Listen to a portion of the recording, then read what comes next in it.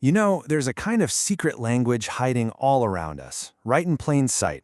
It's used every single day by governments, by big corporations, by the media, and its whole purpose is to shape our reality without us even realizing it.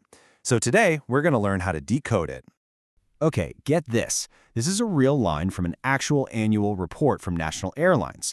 They're talking about a surprise $1.7 million in income, and they explain it as an involuntary conversion of a 727. I mean, what on earth could that possibly mean? It means the plane crashed, a fatal accident. The so-called income was the insurance payout.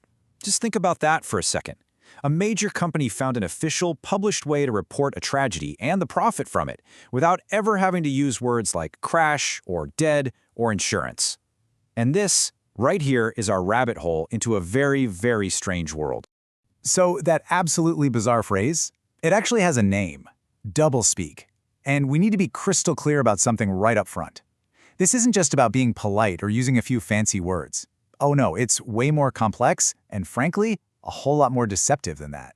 At its very heart, doublespeak is a betrayal of what language is supposed to be for. I mean, the whole point of language is to communicate, to share meaning, right?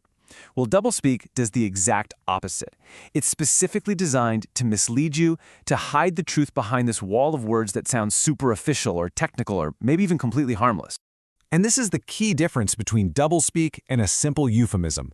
When we say someone passed away, we're trying to be sensitive. Nobody is actually being deceived. We all know what it means. But when a deadly explosion is called an unplanned rapid ignition of solid fuel, well, the goal there is totally different. It's meant to sanitize a horrible reality and, yeah, to deceive you. One is about feelings, the other is all about deception. And that brings us to one of the places where doublespeak doesn't just exist, it thrives. We're talking about government in the military. In this world, it's practically an art form, a tool they use to manage how the public feels about things that are, let's be honest, often pretty brutal. So back in 1983, the United States invaded the island of Grenada. But if you were reading the Pentagon briefing, that's not what you would have heard. The official term was a pre-dawn vertical insertion.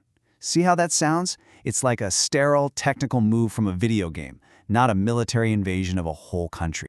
What's truly wild is just how systematic this all is. A fatal helicopter crash? That's just a hard landing. A bomb exploding prematurely? Oh, that was a forcible ejection of internal bomb components. And of course, probably the most famous or infamous example, killing innocent civilians in a war zone is called collateral damage. Every single phrase is like a linguistic shield, built to hide the ugly truth. And this isn't just about war, either. The U.S. State Department, when writing its human rights reports, actually made a decision to stop using the word killing. Instead, they came up with this absolute mouthful, unlawful or arbitrary deprivation of life. It's a deliberately stuffy, bureaucratic phrase designed to soften reports about governments killing their own people. You know, sometimes the goal isn't just to make something sound better, it's to be completely and utterly incomprehensible. Alan Greenspan, the former head of the U.S. Federal Reserve, once said this, and he wasn't really joking. In that high-stakes world of economics and politics, being clear can actually be a disadvantage. Sometimes confusion is the goal. But hey, this isn't just a government and military thing, not by a long shot. The world of business and advertising has its own special brand of doublespeak, and it's all designed to shape how we think about our jobs, our money, and pretty much everything we buy. You've definitely seen the lighter side of this with those inflated job titles. A bouncer becomes an entertainment coordinator. A janitor is suddenly an environmental hygienist. My personal favorite has to be the petroleum transfer engineer. It's mostly harmless fun, sure, but it points to that same basic instinct, to make the ordinary sound extraordinary. But then, it gets a lot more serious. Have you ever heard language like this at your own job? When Chrysler was getting ready to lay off 5,000 people, they didn't call it layoffs. They announced a Career Alternative Enhancement Program. This is doublespeak doing its dirtiest work, masking terrible news and trying to manage how people feel through pure linguistic misdirection. Once you start looking for this stuff, you see it literally everywhere, from the totally silly to the deeply unsettling. Junkyards now sell pre-dismantled, previously owned parts. But then you've got NASA, after the Challenger disaster, calling the astronauts' coffins crew transfer containers.